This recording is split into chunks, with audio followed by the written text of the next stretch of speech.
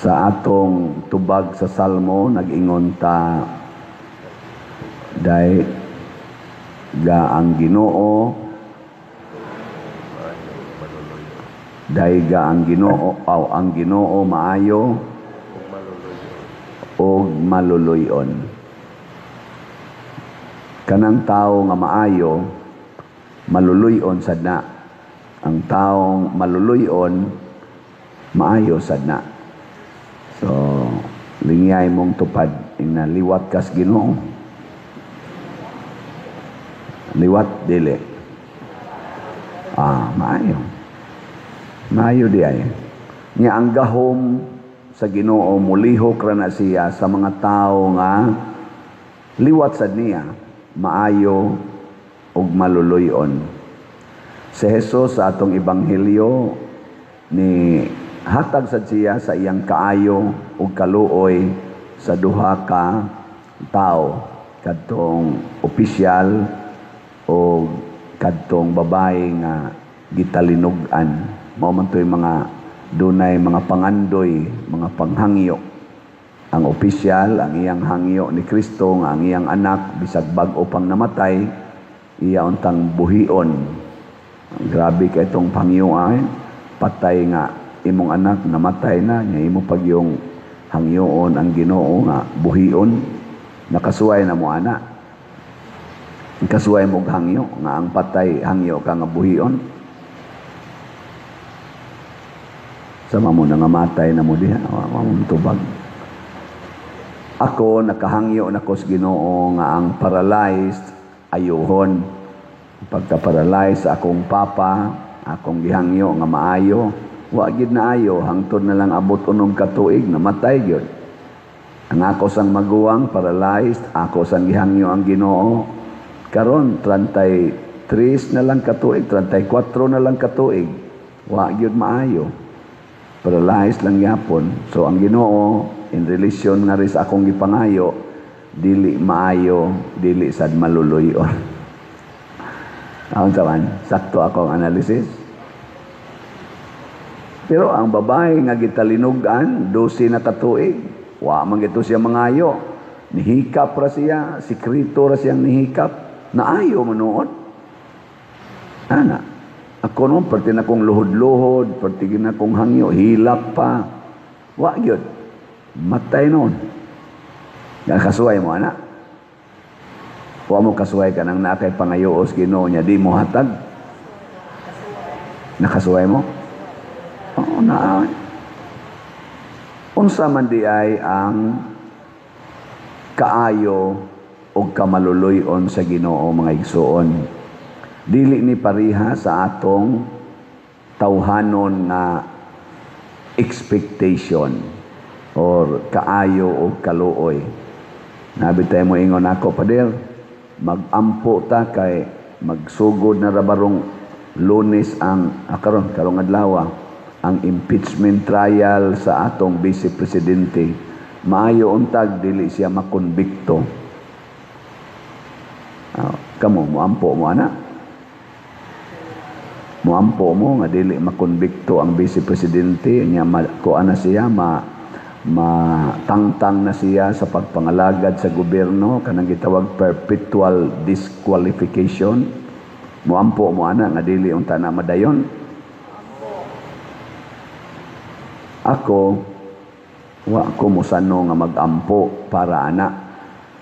Ang akong gustong iampo, ambot ihatag bas Ginoo, nga ang impeachment trial unta sa Vice Presidente karon, ibase gyud unta ang hukom sa mga senador sa kamatuoran, hustisya o kaangayan. Mao na akong iampo. Kay pwede raman gid nila i-twist ang kamatuoran. Pwede sad maghimo sila inhustisya kay sila may gamhanan. Pwede sad og dili sila mo huna-huna sa kaangayan. Kanalay akong giampo. Ihatag ba ni Ginoo o dili? Kung ang hustisya, ang kamatuoran ug ang kaangayan nagkahulugan nga kinahanglan gyud i-impeach ang Vice Presidente, i-impeach. Pero kung ang kaangayan o ang hustisya o ang kamatuoran nagtudlo, nagtugan nga wa gyud ay angay nga basihan ang pag-impeach niya, niya ato gyud ang ipamugos gyud na sa Senado o sa Kongreso o sa atong executive, mo antos gyud og maayo ang atong nasod kay sila may mga pangulo, mag-antos pod sila nga nagbuhat ni ana. Kanabit ang pagkabakakon ron sa atong administrasyon, ni resulta man gyud nga ang mga tao nga atong mga igsuon labi na didto sa gawas nasod, abisa kita dinhi wala na gyud ganahi magtan-aw naong sa atong presidente, labi na gyud anang anti-Claire. Anang mura ba kag ma-discourage ka magtan-aw sa ilang naong nga di gud ta mga batang gagmay, dili gud ta mga buta og mga bungol, di sad ta mga bugo kaayo nga di ta ka mao mo analyze nga grabe kaayo ang kawat sa kwarta sa atong panahon karon, grabe kaayo ang pagpamakak nga ilang gihimo nga giisulti karon dili mao'y mahitabo. Nga sige lang gyapong panghunaw, anong tawgon lang, hugas kamay, murag Punso Pilato. Klaro na kaayo, murag imong bana ba? Sakpa na gid nimo nga iyang kabit, imog yung pag-umangkon, kabit niya, uli niya, di gyud mo angkon. Sunod, ang imo na sang igsuon, iyang gikabit niya, nitugan gyud nga nimo, di lang gyapon mo angkon, unsa may imong tawag anang imong bana igakita nimo. Ug asawa ka ba? Ang kaman. Bakakon, niya ganahan pa ka mo tan-aw siyang naw. Nya kana ba mural gyud siya gwa ba? Murason ba mural gyud gwa? Di ka ganahan O nakaroon ang gibate, negative na maganing rating sa atong presidente, negative ang trust rating. Nya og ila sa gyung basahon ang mga comment, bisan katong nahitabo sa Canada, wa man gini pabor nila, abot lang niabot baka og 10% ang nipabor nila sa mga ni-comment sa social media antong nahitabo nga gi ralihan sila didto nya gi singgit-singgitan pagyod. Nahitabo kini nga naingon ani na hinuon ang sitwasyon sa atong nasod tungod kay wa naman magsubay sa hustisya, sa kamatuoran ug sa kaangayan.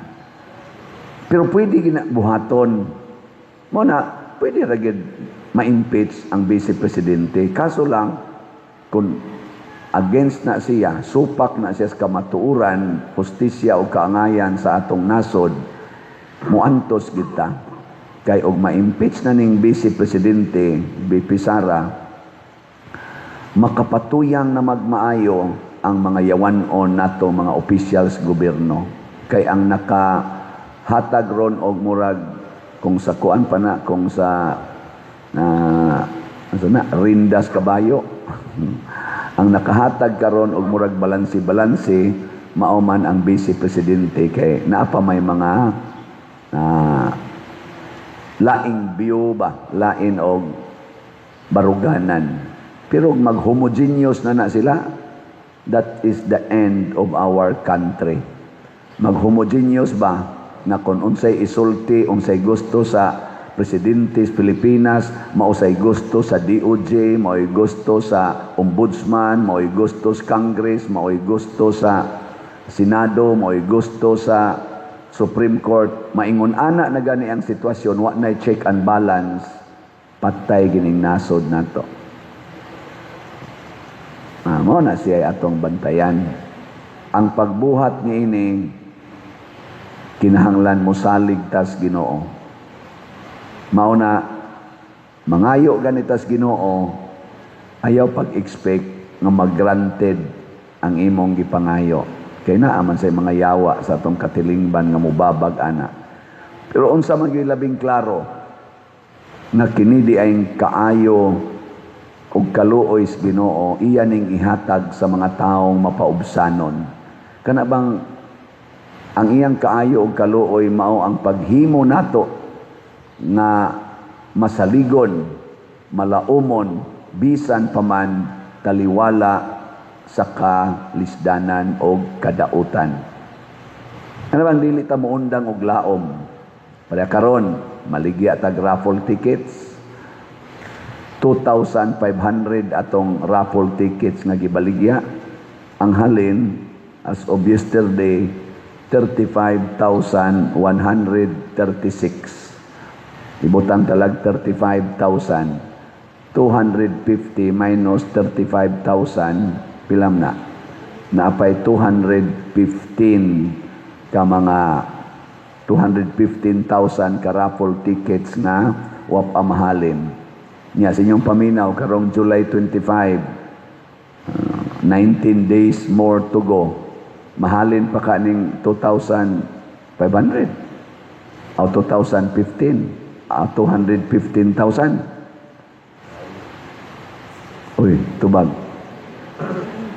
Awana, duko-duko na ano din, di na namada pa din rin. Di madana.